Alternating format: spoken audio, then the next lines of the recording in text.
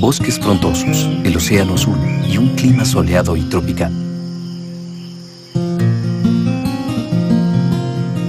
Cuba ha sido uno de los destinos favoritos para vacacionar desde 1920.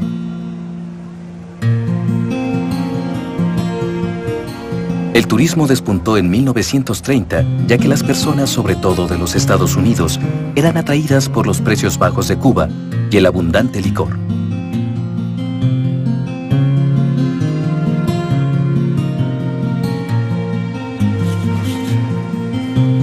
¿Cómo fue que esta isla casi mágica se convirtió en el área de juegos de la mafia americana?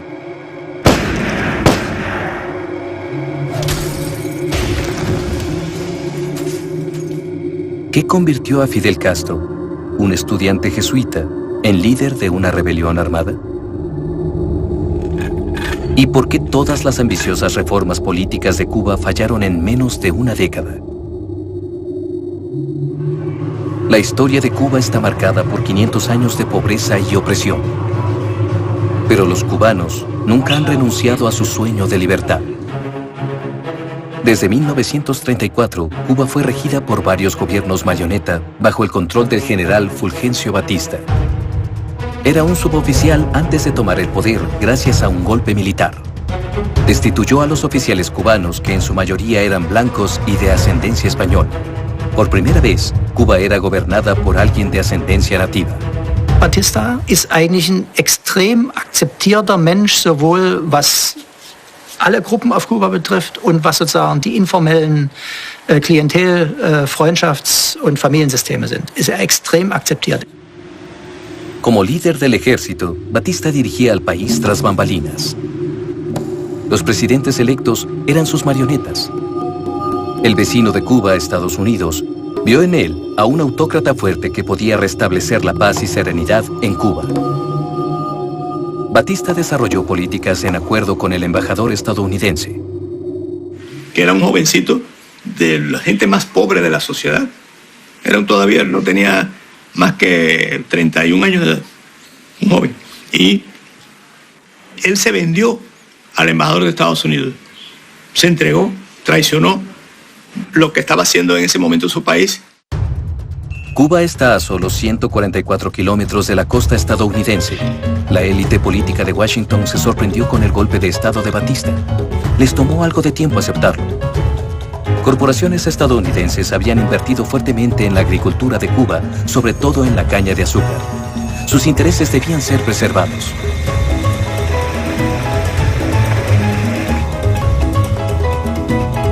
Para la sorpresa de muchos, el general Batista dijo adiós a su uniforme en 1940 para postularse como presidente de Cuba. El ex dictador militar decidió basarse en una plataforma que le prometía prosperidad a todos los cubanos. Und er macht's ja auch. Er baut eine neue Armee aus farbigen Unterschichten. Das ist der Aufstieg sozusagen der Söhne von Sklavinnen und Sklaven oder Enkel von Sklavinnen und Sklaven. Das ist der Aufstieg der Afrokubaner und er macht das gleich in der Polizei. Como candidato en la elección presidencial, se esforzó para implementar las promesas hechas en la Revolución de 1933. Estados Unidos advirtió a Batista que no continuara con esas reformas, pero los intelectuales cubanos lo apoyaban. Sie wollten Politik verändern und deswegen haben sich gerade auch sehr viele Intellektuelle und Schriftsteller damals für diese Republik, auch für die Verfassung von 1940 engagiert. El logro supremo de Batista fue darle a Cuba una nueva constitución. Permitía una reforma de tierra, establecía el voto para las mujeres y consolidaba el día laboral de 8 horas. Et cette constitution de 1940 est considérée comme, à l'époque, l'une des plus démocratiques de l'Amérique latine, tout simplement parce que, étant arrivé au pouvoir à partir d'une révolution, disons, sociale, la révolution de 1933, cette constitution de 1940 inclut des éléments progressistes de droit du travail, etc. Fulgencio Batista logró reunir a las facciones conservadoras y de izquierda. Esto le permitió unir a la mayoría de los cubanos detrás de su estandarte y ser electo en el otoño de 1940. This was a period of significant prosperity in Cuba. It was a period of a lot of happiness because Cubans saw that the revolution had finally came to power. Cuba se convirtió en el paraíso de las nuevas ideas. Toda la población se iba a beneficiar de la economía floreciente. Los políticos en Washington estaban preocupados. Para ellos, las reformas de Batista eran socialistas y utopías comunistas. Pero muchos estadounidenses descubrieron a Cuba como un destino vacacional muy cerca de su costa.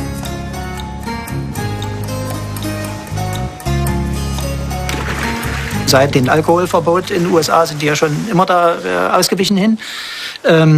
Und mit der ersten Touristenwelle, also 20er Jahre, 30er Jahre, gibt es auch sehr starke Beziehungen. Also alles, was tropisch, luxuriös und etwas verrucht ist, spielt eigentlich in Kuba statt, nicht in den USA. La prohibición en Estados Unidos desde 1919 hasta 1933 convirtió a Cuba en uno de los secretos mejor guardados de los turistas. La vida aquí era barata y el alcohol fluía con libertad y no era ilegal. Mientras que las relaciones oficiales entre Cuba y Estados Unidos prosperaban, el crimen organizado estadounidense también se instalaba en la isla. Durante la prohibición, contrabandeaban licor de Cuba hacia Estados Unidos. El FBI intentó contrarrestar el tráfico ilícito con películas como esta. El contrabando de licor en latas de aceite. It was almost like if you knew the series Boardwalk Empire. It really was coming in on boats and ships and things like that. And then sometimes they would float, the barrels would float on the shore. Sometimes they were picked up properly, loaded off of docks, and then put into warehouses. Cuba era el corazón de la producción de ron. Hasta la fecha, las antiguas oficinas centrales del gigante de ron Bacardí son un punto de referencia cubano. El ron caribeño prometía libertad y aventura. Mientras que alguna vez fue la bebida de marineros y piratas, el ron de Cuba había sido descubierto por los turistas. Los cubanos comenzaron la producción en masa. El material crudo básico estaba a la mano y la manufactura era barata. El ron cubano fue un éxito mundial. Es la gran compañía de rones en Cuba a partir de la destilación de la caña de azúcar asentada en el oriente del país, esencialmente en Santiago de Cuba, y se convierte en un monopolio de esta industria con una fuerza muy grande. La familia Bacardí era originaria de Cataluña, España. Perfeccionaron la receta del ron en Cuba. El murciélago en el logo de la compañía es un viejo símbolo cubano de buena suerte. El ron se convirtió en la bebida básica de casi todos los bares famosos del mundo, donde la gente alegre lo mezclaba con refresco de cola, creando la bebida más famosa del mundo, la Cuba Libre.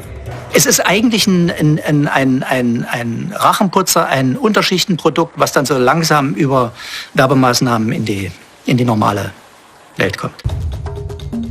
En las décadas de 1920 y 30, Bacardí abrió fábricas en Barcelona, Nueva York y San Juan, Puerto Rico. El negocio familiar se convirtió en la compañía cubana más conocida de todos los tiempos. El ron es parte de Cuba tanto como los puros, el mar y sus pequeños barcos de pesca. Era parte de la atracción para un periodista estadounidense que llegó a Cuba a pescar, pero terminó quedándose, Ernest Hemingway. Hasta la fecha, para muchos visitantes, él representa el estilo de vida cubano, a solas con la naturaleza, disfrutando la vida y con lengua filosa. Hemingway y Cuba, la relación tuvo mucho que ver con el mar, él vino a Cuba por las primeras veces buscando la pesca en la corriente del Golfo, pero que luego se convirtió en un sitio amable para vivir. Hemingway pasó muchos años en Cuba. La isla notablemente inspiró la obra más famosa de Hemingway, una novela sobre un viejo pescador cubano. El viejo y el mar. Hemingway ganó el Premio Nobel de Literatura en 1954.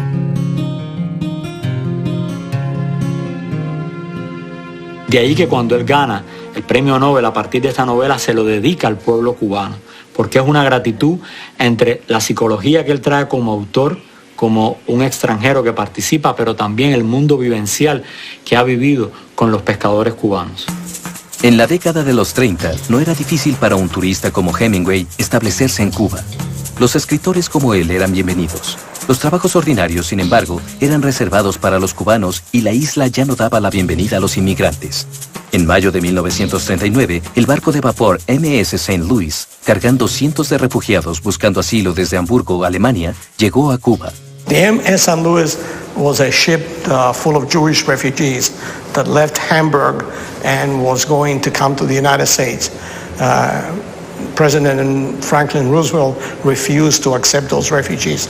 So they went to Cuba and they tried to negotiate with the Cuban government, which was led at that time by Batista and another general named Benitez, and tried to pay for each refugee.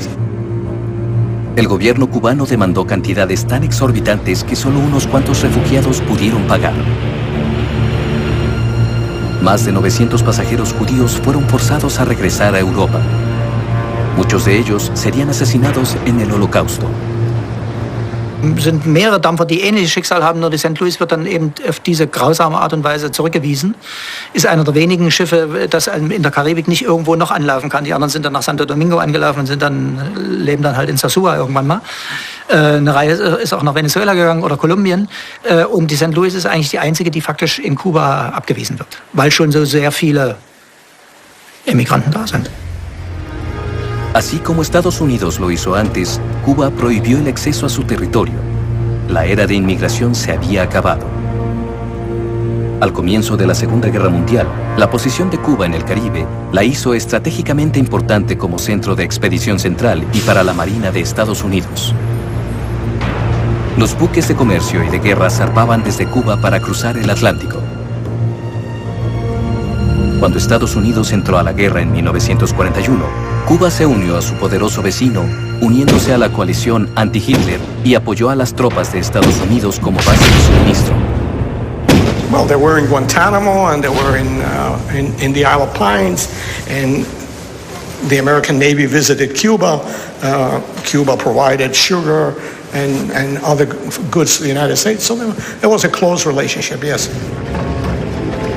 El presidente de Cuba, Fulgencio Batista, hizo una visita oficial a su aliado estadounidense. El presidente Franklin Roosevelt le dio la bienvenida con la ceremonia de ida. Las reservas por las previas conexiones de Batista con el Partido Comunista parecían haberse olvidado. Batista had the support of the United States. He collaborated with the United States during World War II. This was a period of the war. The communists who couldn't ally themselves with the more leftist, progressive elements allied themselves with Batista. This was a time also that the United States and the Soviet Union became ally against Nazi Germany. Cuba se benefició de su utilidad para la máquina militar estadounidense y su economía prosperó. Parte de las ganancias fueron invertidas en mejorar las propias Fuerzas Armadas de Cuba. El mismo Batista se benefició del comercio de armas. Actuó como intermediario para los industriales de armamento y obtuvo tajadas de cada compra que su ejército hacía. Cuando llegó ese momento, ya no era aquel, era un millonario. Ya sabía vestirse, ya sabía obedecer y sabía mandar. Das ist im Grunde das im Rahmen der sozusagen der inoffiziellen Sozialpolitik, Aufstiegspolitik. Jeder, der eine Machtposition hat, von dem wird erwartet, dass er seine Familie versorgt und dass er seine Freunde versorgt. Muchas personas en Cuba se veían beneficiadas, el presidente más que nadie. La costa de Cuba está llena de grandes hoteles. La mayoría fueron construidos por la mafia en la década de los 40. The Americans opened gambling in Cuba in a number of hotels. As tourism began to increase, the mafia took over some hotels. Not any different than Chicago or Las Vegas. So Cuba was another spot where the mafia controlled the gambling business. Muchos turistas se quejaban de las trampas en los casinos. Aparentemente Batista no podía controlar a los jefes de las apuestas.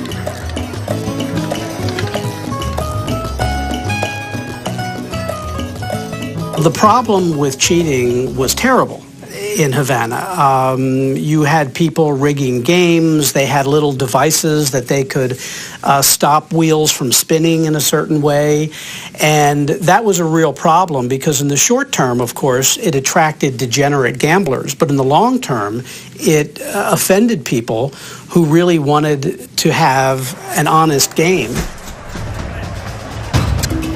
Batista quería detener el fraude de los casinos. Para ponerle fin a las trampas, contrató a un notorio personaje de la mafia. Meyer Lansky began in Cuba not really as a casino owner, but as a consultant, that he received a fee for running the games honestly. Meyer Lansky era un personaje respetado por la mafia italiana y judía, con la reputación de ser justo en los negocios, pero despiadado con los tramposos. Lansky limpió los casinos y hoteles de Cuba y los alineó a sus intereses de negocios estadounidenses. Se impusieron reglas estrictas para apostar, los hoteles prosperaron, las ganancias fluían y Lansky se llevó su parte. There were a lot of American businesses that were already successful in Cuba, the sugar business, the telephone business, but the mob really focused on travel and tourism and casino gambling. Well, Cuba was one close to the United States, received significant tourism. Batista protected, during his period, protected the mafia and the gambling. So the mafia did well, prospered, and had a nice vacation place near Miami and to go and spend winters. Así, con la bendición del presidente Batista, Cuba se convirtió en el dorado para la mafia de la década de los 40. Enormes ganancias, sin molestias de la policía y una lavadora de dinero ideal.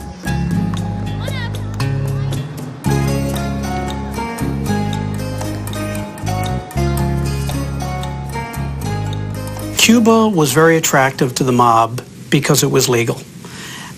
There was not much they could do in the U.S. that was legal. Because you had to follow the money, you had to trace money.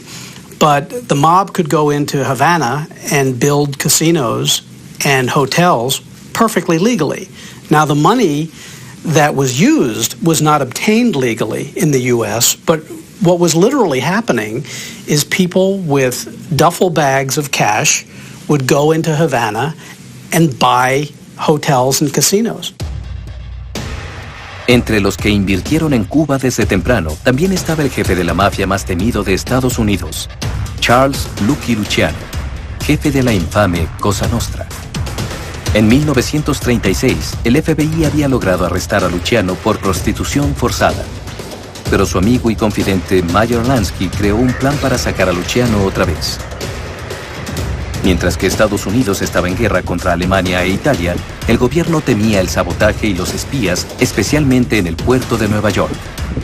Y sabían que sus puertos eran controlados por los socios italianos de Luciano.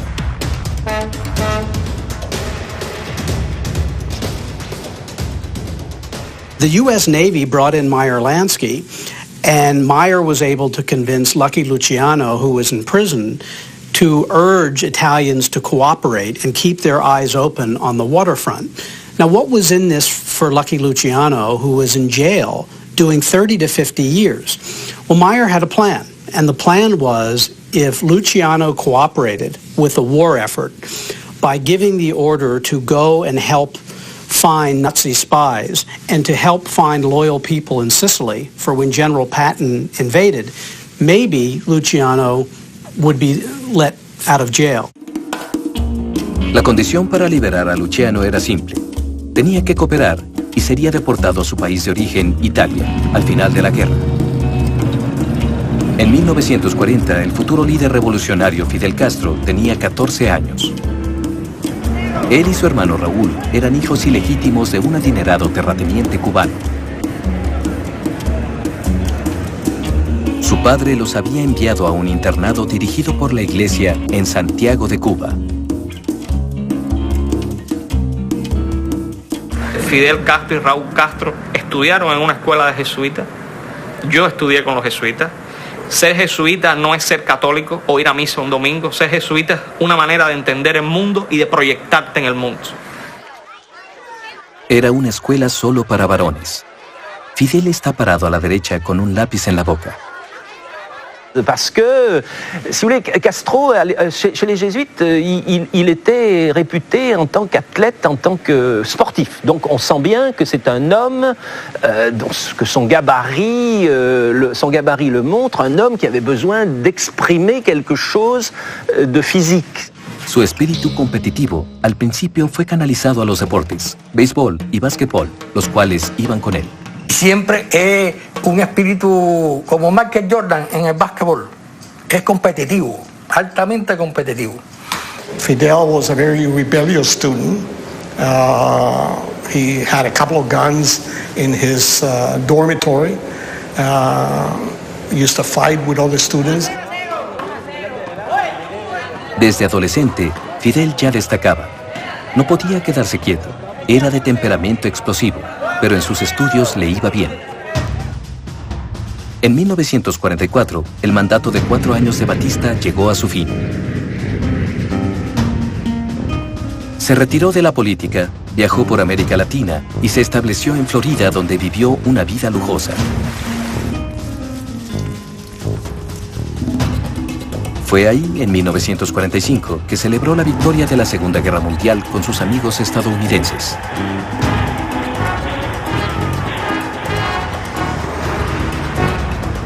De regreso en Cuba, Batista había sido reemplazado por Ramón Grau, su antiguo compañero de revolución. Pero el nuevo presidente hizo poco para detener el crimen organizado.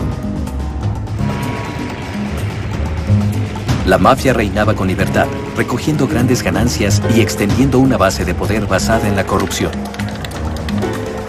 En Chicago, Nueva York y Las Vegas, los jefes de la mafia eran hombres buscados y Cuba era su refugio seguro. The other guys are in Havana raking in millions and millions and doing well, and everybody's happy and everyone's getting fat and everyone's getting fed, and they're building up Havana and it's beautiful and they're expanding and they're saving monuments and they're this and that, and the beaches are beautiful. Para reestructurar a la mafia después de la guerra, Meyer Lansky convocó una reunión de todas las familias principales en diciembre de 1946 en Cuba. Se reunieron en el famoso hotel de La Habana, el Hotel Nacional. Cerca de 100 invitados asistieron. Los jefes de las familias de la mafia, los gángsters más influyentes de Estados Unidos y Europa.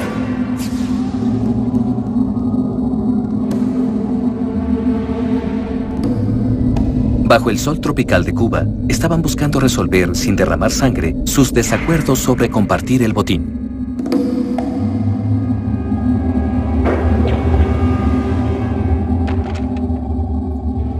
The Havana Conference was about figuring out what the rules were going to be going forward, who was going to be in charge.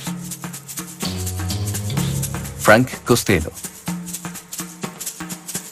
Albert Anastasia, Sam Giancana, Santo Traficante. Meyer Lansky logró reunir a todos los grandes nombres del mundo criminal, incluyendo al más grande de todos, Charles Lucky Luciano.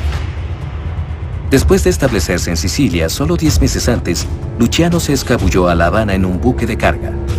Su meta era simple: apoderarse del crimen organizado en Estados Unidos una vez más. A lot of what Luciano wanted to establish in 1946 in the Havana Conference was what his role would be. And the way he did that was by being kind of a diplomat, bringing in mob families in the United States in order to figure out what their investments would be in Havana, what their investments would be in Las Vegas, which was just getting started. That meeting, I believe, was to just keep everything in check, so things would go on smoothly. So it was like two governments. You had the government of the United States, the government of the world, and as Meyer used to say, we were not the underworld, we were the overworld. La conferencia duró una semana y fue acompañada de lujoso entretenimiento. Ostentosamente, la razón por la que muchos asistentes fueron a La Habana fue para ver a Frank Sinatra cantar. Sin embargo, Sinatra solo estuvo en La Habana con la exclusiva invitación de varios mafiosos de Chicago.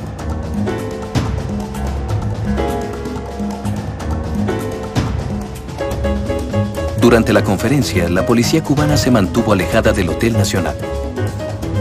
El gobierno y los servidores públicos, todos, eran parte de negocios sucios. Luciano set himself up, at least for a while, in Cuba.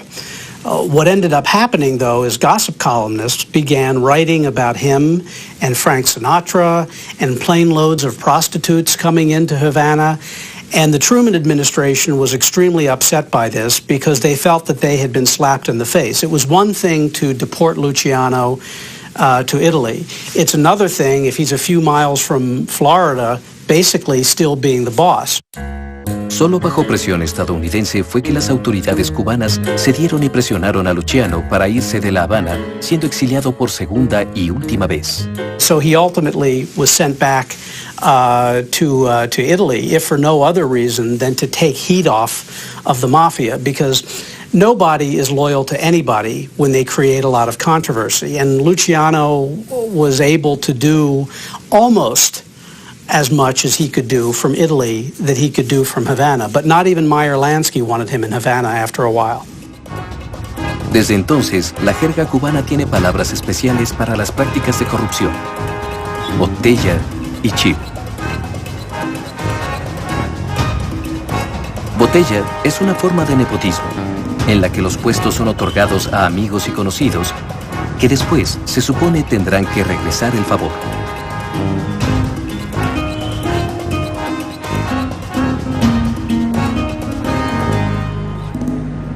Und Chivo ist faktisch die Schaffung eines besonderen Amtes oder Postens, wo jemand bezahlt wird für nichts. Ja? Überbezahlte Eliten, die nichts zu tun haben im Staatsapparat. Das war gang und gäbe, das erwartete jeder, das nimmt auch jeder sozusagen als Teil der politischen Kultur wahr. Una pequeña élite de soldados de alto rango y particularmente los jefes de compañías estadounidenses y sus socios fueron los ganadores en la Cuba de la posguerra.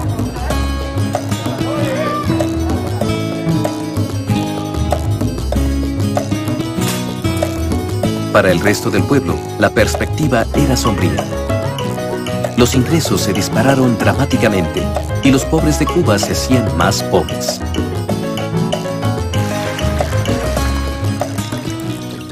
Habían 600.000 desempleados en aquel momento y éramos 7 millones. Era un desparpajo. La situación en Cuba era un desparpajo. A pesar de que dicen que era el tercer país en América Latina o el segundo. Entonces yo no me imagino cómo serían los otros, ¿no? A finales de la década de los 40, Fidel Castro empezó a estudiar Derecho en la Universidad de La Habana. Well, law was a very common profession. Law and medicine were the principal profession that students studied in Cuba. And he was like the screaming, and that was a way to achieve political power. In other words, being a lawyer was first before you become a political leader. Las universidades eran un punto álgido de oposición contra el gobierno cubano y su corrupción. Surgieron varios grupos con diferentes tendencias. Entre ellos estaban los que se afiliaban a los socialistas o a los comunistas. En aquel tiempo, estamos hablando del 52, 50, la Universidad de La Habana era muy grande, era la única universidad prácticamente que había en el país. L'université de La Havane est en effervescence, il y a des courants, on est vraiment dans la grande période latino-américaine où l'université est un espèce de quasiment de champ de bataille. Fidel Castro se unió a varios grupos armados. En plus, il faut quand même admettre que dans le climat et dans la culture d'une société latino-américaine, puisque Cuba fait typiquement partie de l'Amérique latine, le côté un petit peu macho, le côté un petit peu pistolero, ça c'est plutôt bien vu, si vous voulez.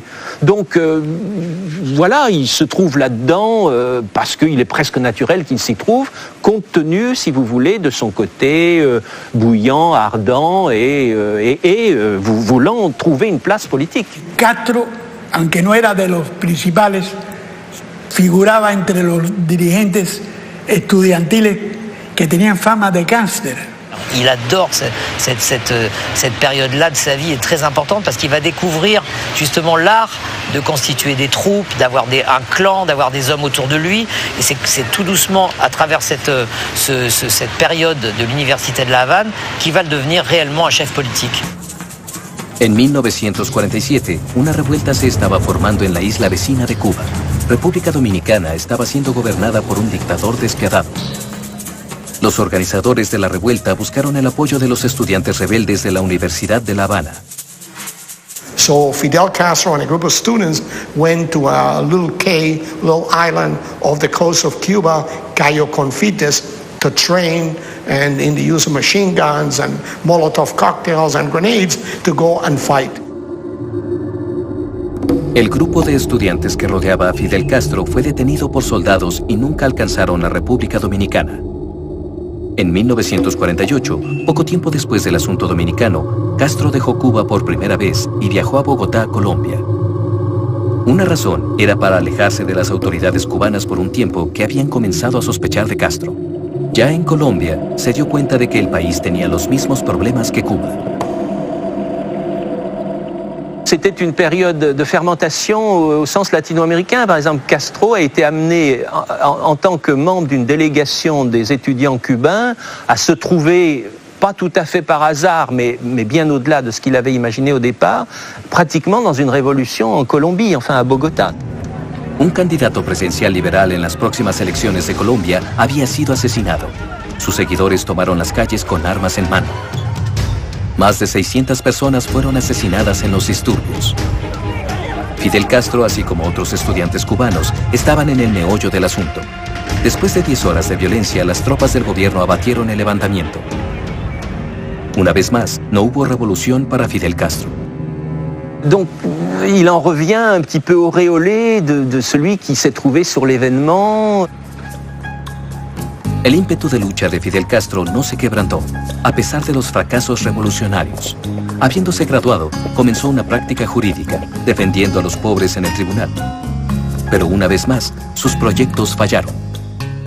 Also Castro ist ja lange Zeit, auch in seiner Studentenzeit, obwohl er ein charismatischer und guter Redner war, ist ja lange Zeit einer gewesen, der immer verloren hatte. Und das gehört wahrscheinlich in dieses Segment mit rein. Der immer verloren hatte und von dem wahrscheinlich jeder gedacht hat, du bist einer von vielen, ja, die verlieren immer und die kommen mit ihren Projekten, mit ihren großen utopischen Projekten nicht durch. Como abogado, Castro fue un fracaso, porque no le cobraba a sus clientes. Sin embargo, esto no lo detuvo para forjar grandes planes en su vida privada. Castro quería casarse. So he met my sister. Well, at the university, she was studying philosophy, and he was studying law. They were young, of course, you know, so they met. En 1948, Fidel Castro se casó con Mirta Díaz Balart. Su adinerado padre pagó una lujosa luna de miel en Nueva York. Fidel Castro, à ce moment-là, quand il épouse Mirta Díaz Balart, eh bien, il devient lui-même un des grands bourgeois de la région qui, a priori, pourrait finir aussi lié à la bonne société. Fidel se casa con la hija del ministro del Interior de Batista. Casi el segundo hombre de Batista. La nueva familia pronto se encontró en conflicto por sus vidas privadas y políticas.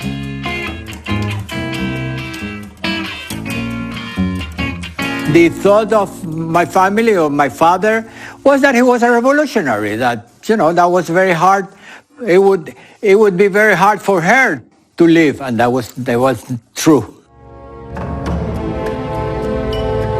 En 1952, el expresidente Fulgencio Batista decidió regresar a Cuba. Quería postularse para la presidencia otra vez y así renovar su carrera política.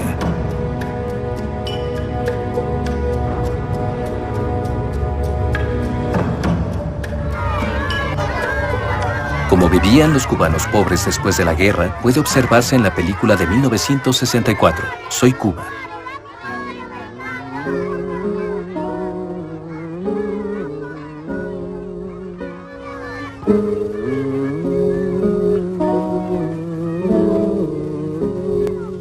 El estilo de vida de Batista y sus secuaces era considerablemente diferente. El jefe de la mafia, Meyer Lansky, recaudó grandes cantidades de dinero para la campaña presidencial de Batista. El FBI consideraba a Lansky como uno de los gángsters más influyentes de América. Él mismo siempre afirmaba ser un honesto dueño de casinos. They were places that were patronized by the finest people and had seating capacity, some of them as high as 800 people. And some of the finest people of the United States patronized these places. Also, your big charity balls were held there. And usually every year, the proms from that area were held there. Their fathers and mothers. There were not any nukes in some corner somewheres. They were known all over America for their food and entertainment. There is little question that Meyer Lansky had thoroughly corrupted Batista, that he received millions and millions of dollars every year to let the mob do their thing. He was their partner. And he was able to put away a lot of money in Switzerland and other places. El regreso de Batista probó ser más complicado de lo esperado. Las previsiones de las elecciones eran inciertas. Parecía que Batista estaba a punto de perder. Batista seguía bien conectado con el ejército de Cuba, así como con otros cubanos influyentes. Habían invertido su dinero en Batista, pero ahora parecía que solo un nuevo golpe de Estado podría garantizar su ascenso al poder. И когда он был президентом Кубы, законно избранным, с 40-го, по-моему, по 44-й год, коммунисты и все левые его поддерживали. Но после войны, когда началась холодная война, все вот эти прелести послевоенные, он, конечно, эволюционировал сразу в сторону союза с Соединенными Штатами, стал сторонником подавления силового всех левых сил и, естественно, стал противником всех революционеров. In 1952, the Cubans were ready for a new election, and they expected a new election. Batista decided from Daytona with his military friends that he was going to take over power, that he wouldn't be elected. He was not popular in Cuba, so he wouldn't be elected. O sea, Batista da el golpe de Estado porque no va a ser elegido y le teme a la elección del Partido del Pueblo Cubano Ortodoxo, que amenaza con ser el que castigue, el que purifique. El lema de los ortodoxos era vergüenza contra dinero y era una especie de bandera de pureza ideológica. Entonces Batista no quería que los ortodoxos llegaran al poder. 3 meses antes de las elecciones presidenciales, Batista asumió el poder en un golpe militar sin violencia. Sus contactos dentro del ejército le ayudaron a convertirse en el jefe de Estado de Cuba una vez más. La constitución liberal que él mismo había impulsado hace unos años fue hecha a un lado. Sus planes de asumir el poder no solo eran conocidos ampliamente desde antes. Muchos cubanos dieron la bienvenida al golpe. Es hat ja keiner gezuckt. 52, am 10. März hat ja kein Mensch irgendwas gemacht. Nicht mal die Kommunisten. Es hat niemand irgendwas gemacht. Also es gibt ein paar Proteste und so, Zeitungen irgendwie so ein bisschen, aber eigentlich keine größere soziale Gruppe hat irgendwas gemacht, weil alle die Faxen von den Vorherregierungen so dicke hatten, dass sie gesagt haben, na endlich schafft mal jemand Ordnung in dem System hier. Los años anteriores habían sido marcados por el escándalo y la corrupción. Pero muchos cubanos veían a Batista como un hombre de valores, aun cuando hizo del jefe de la mafia Meyer Lansky su ministro de apuestas. Batista decía que quería disciplinar a la democracia en Cuba. Se organizaron muchas fiestas populares para unir a los cubanos a su causa.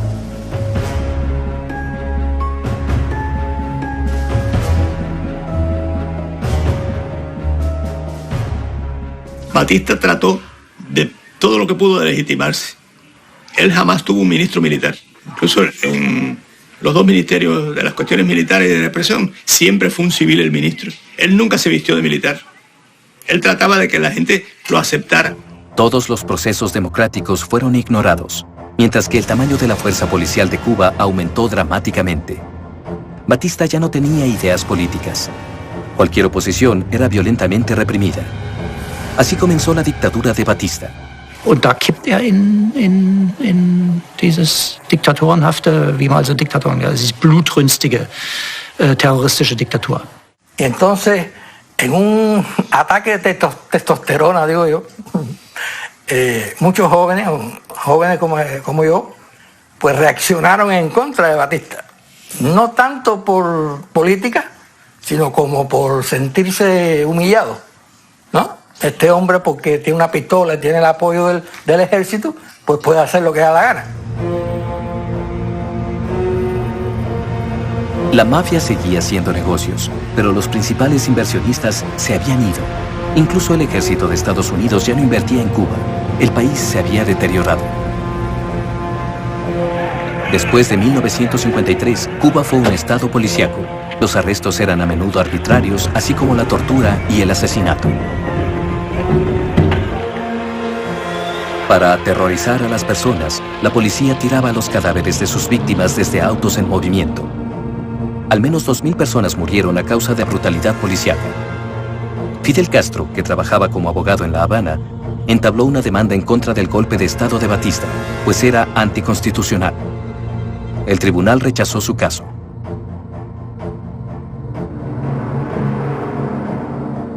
Given the fact that in 1944 he allowed elections, many people expected him to stay in power for a short time and then have elections.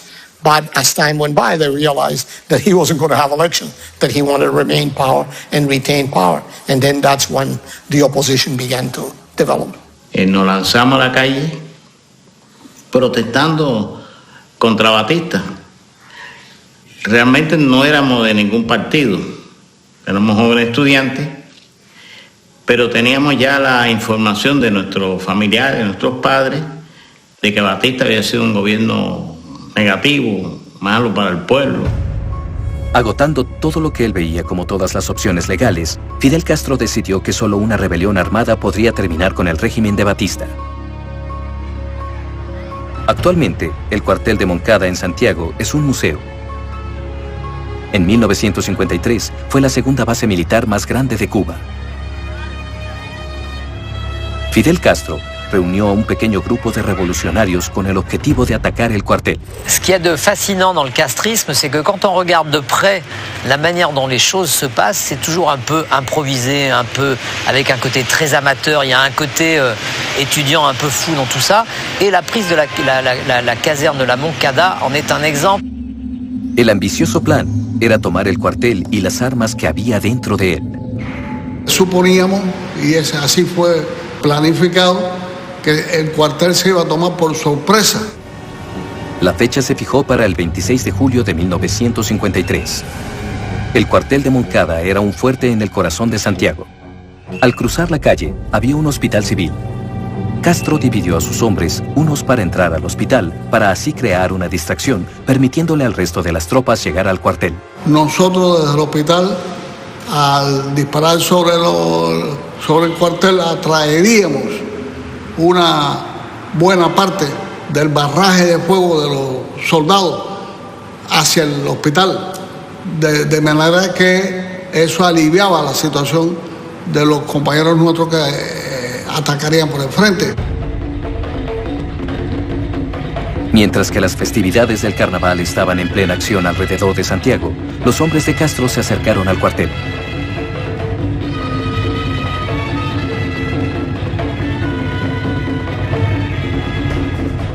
Parce qu'en fait, ils avaient choisi le moment du carnaval. Pourquoi? Parce que ils estimaient, ces jeunes gens, 150 à peu près, ils estimaient qu'au moment du carnaval, y a une partie des soldats qui seraient bourrés, que les patrouilles seraient un peu moins organisées.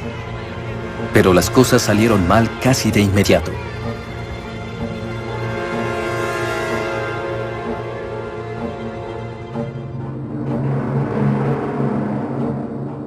Pero lamentablemente hubo un incidente que se conoce.